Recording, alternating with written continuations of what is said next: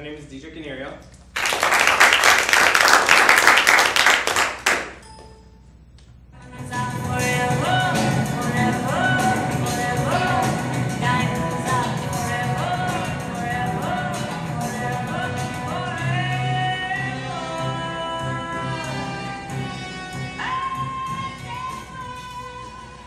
Not only diamonds are forever, but so is death. Death is pretty much permanent. And so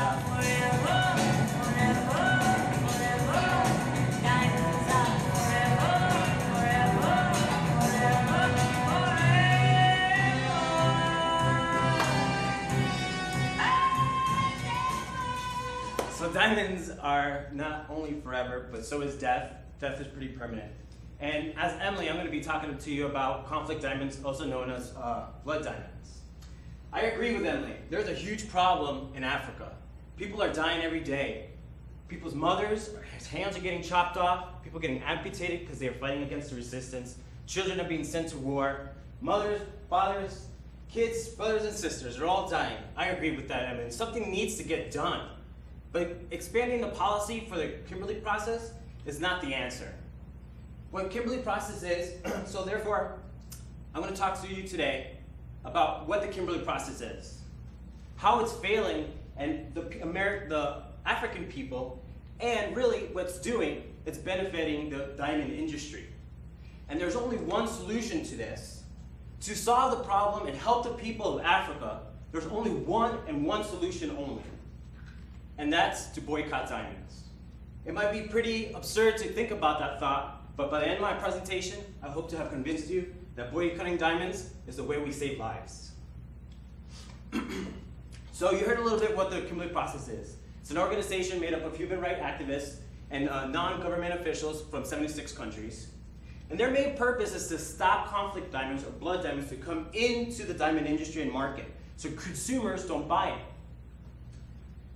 The way that the Kimberly process defines conflict diamonds or blood diamonds is that any organization or rebel group who uses diamonds to finance their war to throw over government. Currently, they're trying to get the definition expanded to say that governments who use diamonds to undermine democracies should also be included to have blood diamonds. So how is the Kimberly process failing?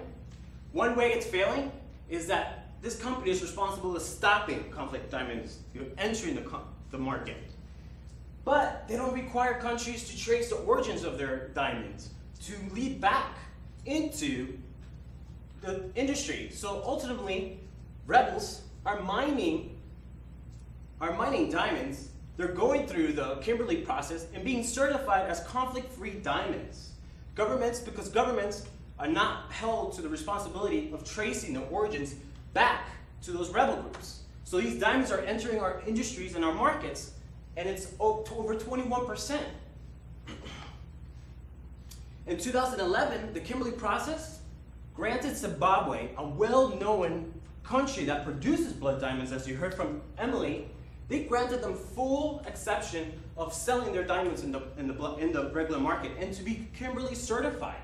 So as you can see, it's kind of being counterintuitive to what they're saying they're supposed to do. Global Witness was the original founder, one of the original founder of the Kimberly process. They helped organize it. They helped try to put the sanctions in place in order to help other countries. And currently, just recently, December last year, 2011, they left the Kimberly process, saying, according to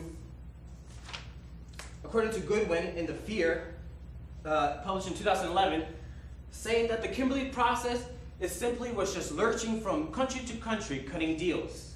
Still being able to manipulate those conflict diamonds, certifying them as conflict-free and making more money.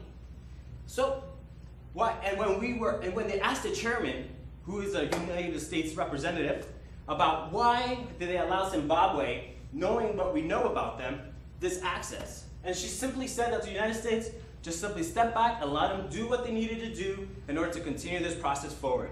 That was the explanation she gave according to CNN's interview in 2012. So why? Why is the Kimberly process protecting the diamond industry? Why is it not protecting the people that they're saying they're supposed to? It simply is because before 2003, and before 2000, the diamond industry freely traded with rebels, with these armies, and they knew that these armies were using children as labor. They knew that these armies were amputating people when they didn't listen, but the diamond industry didn't care because no one was paying attention, profits were up, and no one got hurt. No one's pockets got hurt. But what happened is human rights activists and groups started noticing this situation. And in 2000, all the diamond industries came together and said, we need to come up with a solution. We need to find a way to wash our hands from this blood and give a credibility to our diamonds. Let the consumers believe that these diamonds are conflict-free. So together they all formed in 2003 the Kimberly process. This is how it came all together in 2003. So from there on out, the only people who are benefiting from all this certification, expanding of policies, are the countries who are behind it. The countries who get to go into these poor countries, take over their diamonds and their resources, and become more superpowers in promoting their interests and their agendas. So I dare you today, I dare you to look at yourself and change your values. Because we're all just being lied to. We're all just being manipulated to keep our dollars flowing in, our diamonds, and this glamorous dream that we all pretend to live here through these material stuffs. So I dare you today that tonight, before you walk out of this room, you take an oath to start a new forever. And a forever that you will never, ever, ever from this point on, buy a diamond. Boycott them.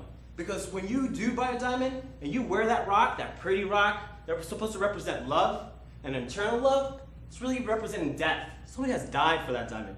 No matter whether it's conflict-free or not, people go through a lot of amount of work and fighting in order to get that to you.